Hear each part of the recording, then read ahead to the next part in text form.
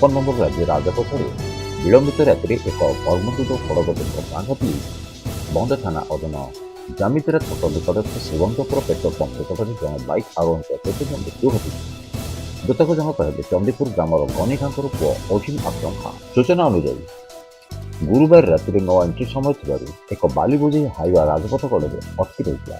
यह समय लालू एक मोटरसाइकेल आसुवा बेले कौन कारण नियंत्रण हर ठिया हाईवा पचर जोरदार धक्का देते। धक्का एत भयंकर था कि घटनास्थल में प्राणवायु उड़ी जाता। यह दुर्घटना को नहीं स्थानीय अंचल चापा उत्तेजना प्रकाश पाई।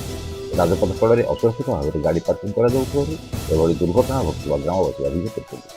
खबर पाई पहुंचा थाना पुलिस घटनास्थल में पहुंची मृतदेह उद्धार कर व्यवच्छेद पठाया जाता। दुर्घटनाग्रस्त गाड़ी को जबत कर तदंत जारी रखी।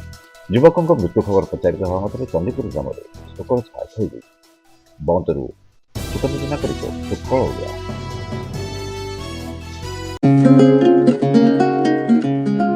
Please subscribe our channel Utkal Odia and don't forget to press bell icon.